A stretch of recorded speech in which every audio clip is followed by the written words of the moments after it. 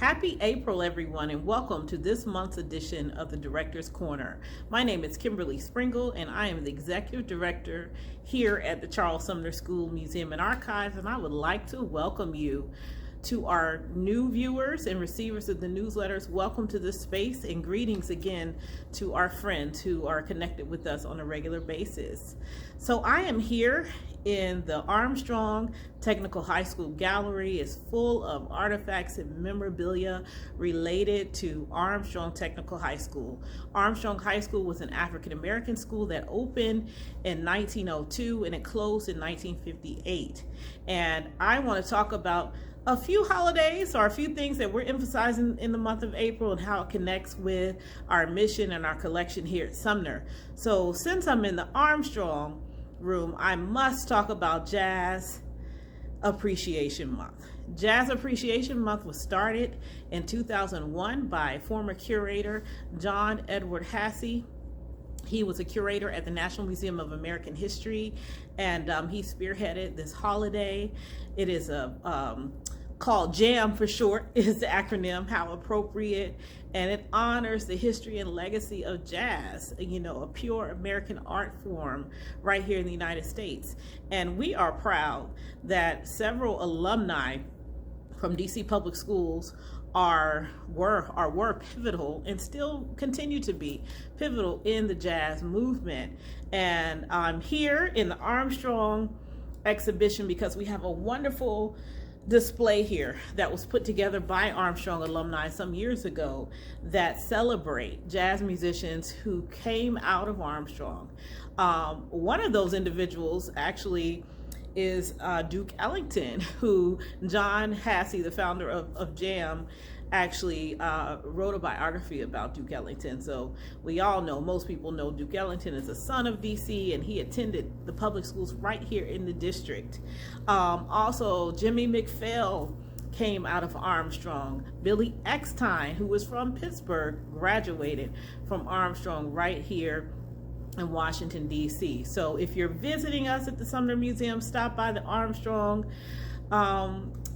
Exhibition Gallery, and you can see this case and learn a little bit more about the jazz history connected to DC Public Schools.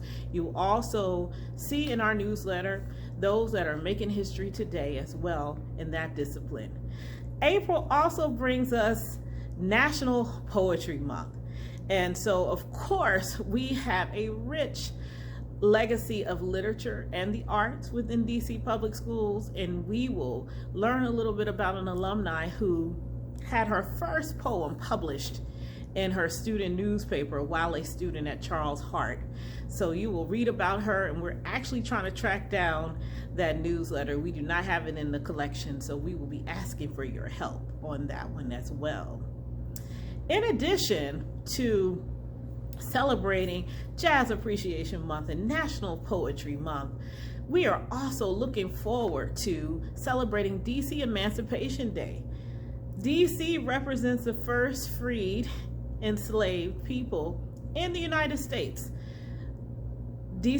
Washington DC experienced the abolishment, of slavery 9 months ahead of the Emancipation Proclamation, April 16, 1862. So there will be lots of celebration here in DC, and we also reflect on that time period because the Sumner School was developed as a pivotal educational institution specifically to educate Black students right here in Washington, D.C., less than 10 years after the abolition of slavery here in the district. I also want to point out that later this month is National Preservation Week, and that is important because the actual theme is connected to celebrating individuals who have been responsible for saving historic sites. So here at the Charles Sumner School Museum and Archives, you will hear it continuously this year in the fall, September to be exact. We will kick off celebrations for the 150th anniversary of the Charles Sumner School. This school opened September 2nd, 1872, and we are looking forward to kicking off celebrations of the 150th year. But it is important to note that we would not be able to sit in this school, as it has been revisioned as the official museum and archives and community space here in the center part of the city, if it weren't for individuals like Richard L. Hurlbut, who was leading the cause to save this school successfully. He and others, we will say their names, we will honor them as we look forward to commemorating 150 years. Well, that is all for me today. Again, we are open Monday through Friday from 10 a.m. till 3 p.m. We actually are looking forward to closing one of our wonderful exhibits that actually came in 2019, Profile Noire, by DC-based photographer Ronisha Franklin. There will be a public closing event here at the Sumner Museum on April 22nd. That is Friday, April 22nd. So also keep that on your calendar. There's more information within the contents of the newsletter as well. So we are here in the virtual world. I've been looking forward every month every month to say hello to you on this video platform, but I would love to see you in person, to come in the space, check out some of the memorabilia connected to DC public school history, check out Profile Noire before it leaves in a couple of weeks. And that's all I have this month, and I look forward to seeing you in May. Take care now and stay connected with us. Bye-bye.